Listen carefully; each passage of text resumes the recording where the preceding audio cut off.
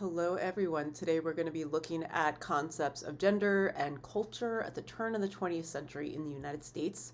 So, we're going to get started by going over a concept called the Gospel of Wealth. I briefly mentioned that in a previous video from this unit, but I want to connect it now to some of the themes of the Gilded Age. At this point, we're pretty familiar with figures such as Andrew Carnegie, who was seen by his supporters as a captain of industry and seen by his critics as a robber baron.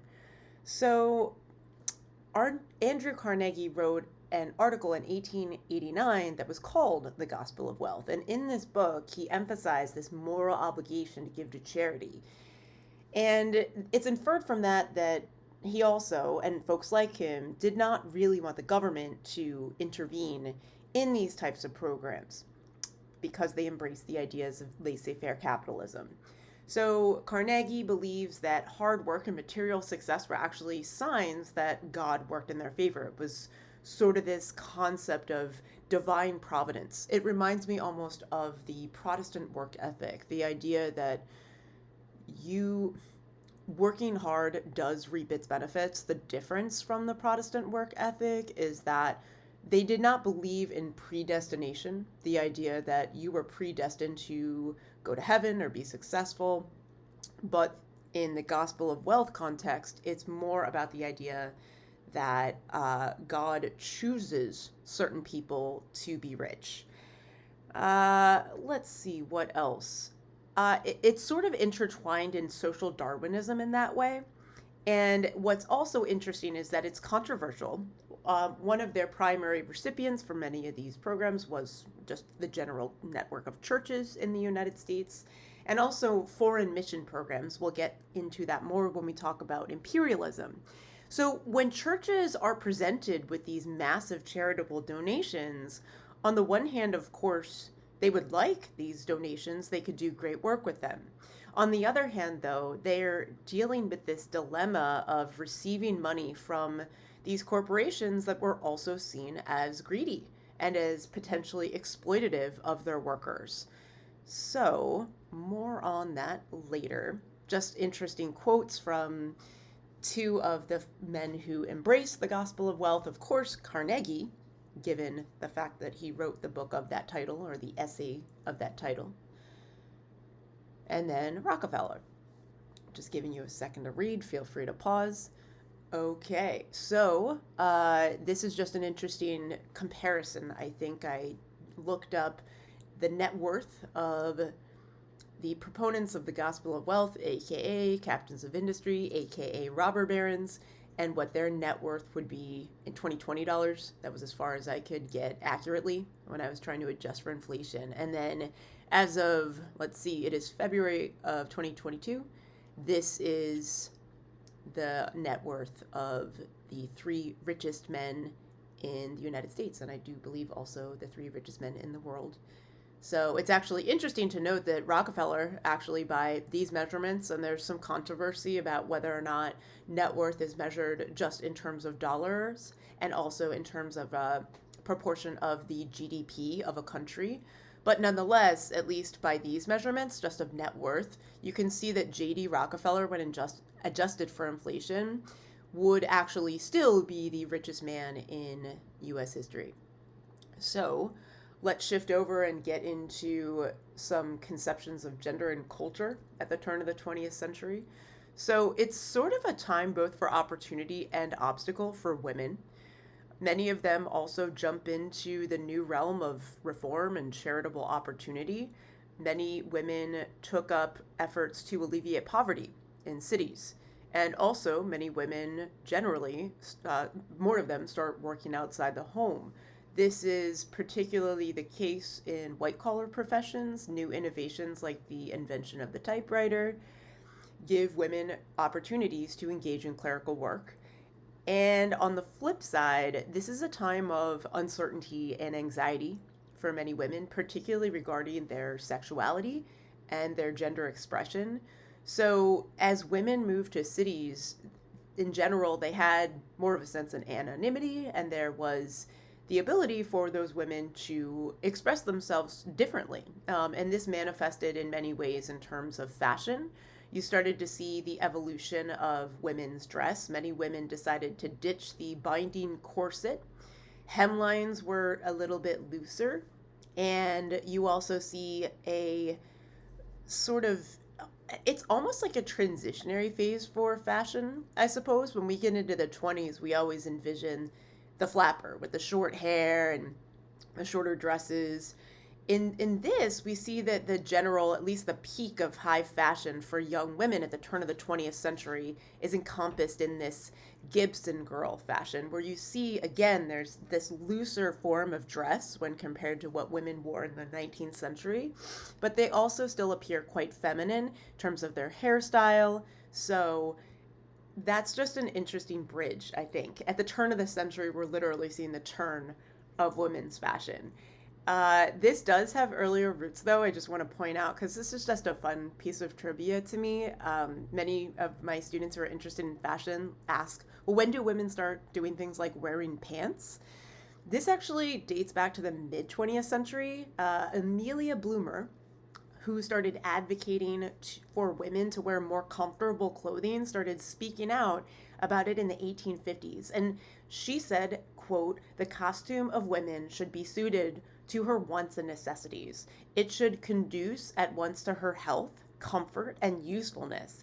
And while it should not fail also to conduce to her personal adornment, it should make that end of secondary importance." And so to me, at the end quote, before.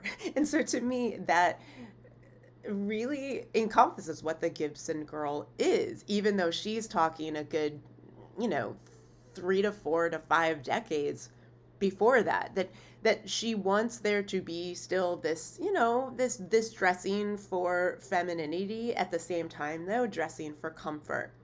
And Amelia Bloomer also introduced a form of fashion, sort of the earliest pair of pants called the bloomers. They actually used to be these really loose-fitting pants that women would wear under their dresses, but Bloomer encouraged women to wear them out in the open. And at the time, it was maybe a little bit ahead of its time. Many people made fun of it and it fell out of fashion. It wasn't really ever in fashion, but it very quickly disappeared. But we'll see a roaring return of women wearing pants as a mainstream style of fashion, really not until after World War II. So back to that a little later. I mentioned earlier that women get more involved in activist causes, so just a few to mention.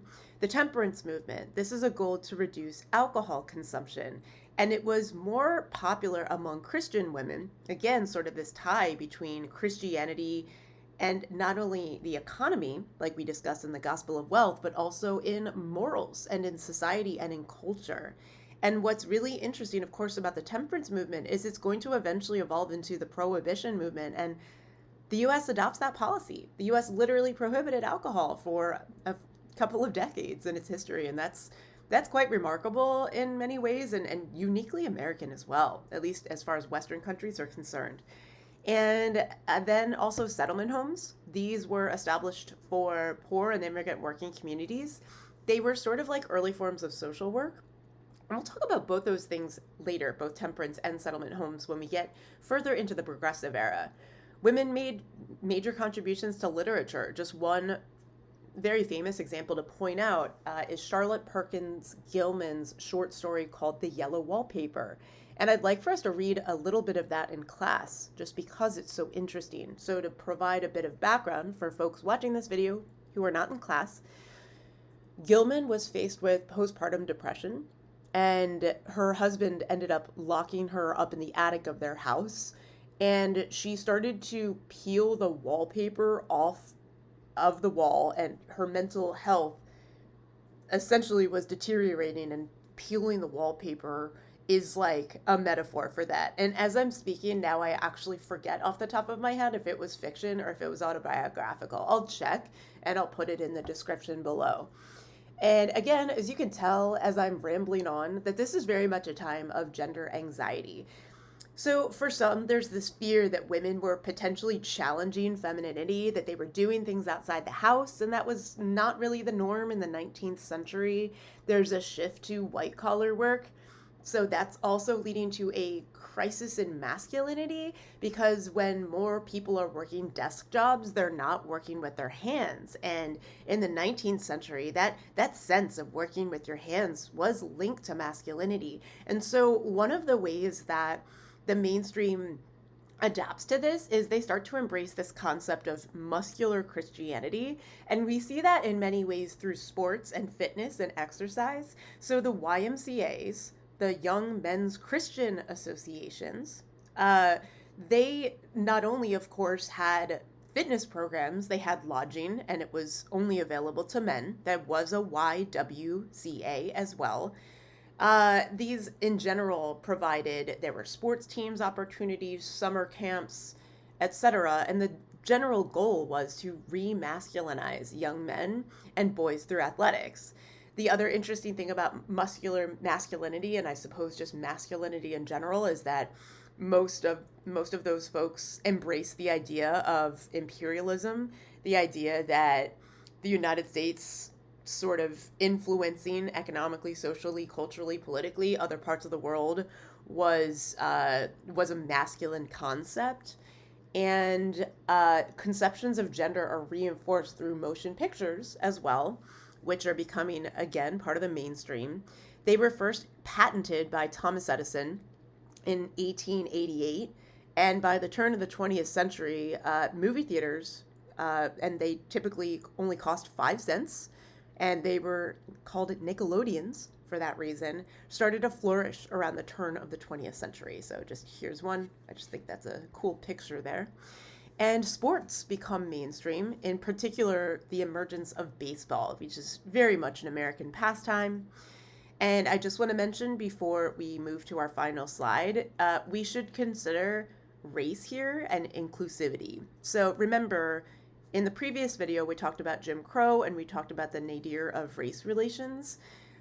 Major league sports were segregated at this point. There was a brief window in the mid-19th century, in and around the Reconstruction period, where Black athletes did play on major league teams, although they all became segregated, and you don't see the reintegration of sports until the modern civil rights movement in the mid-20th century, at least in general. There were many all-Black sports leagues that were founded in the meantime, and we'll touch upon those a little bit later as well.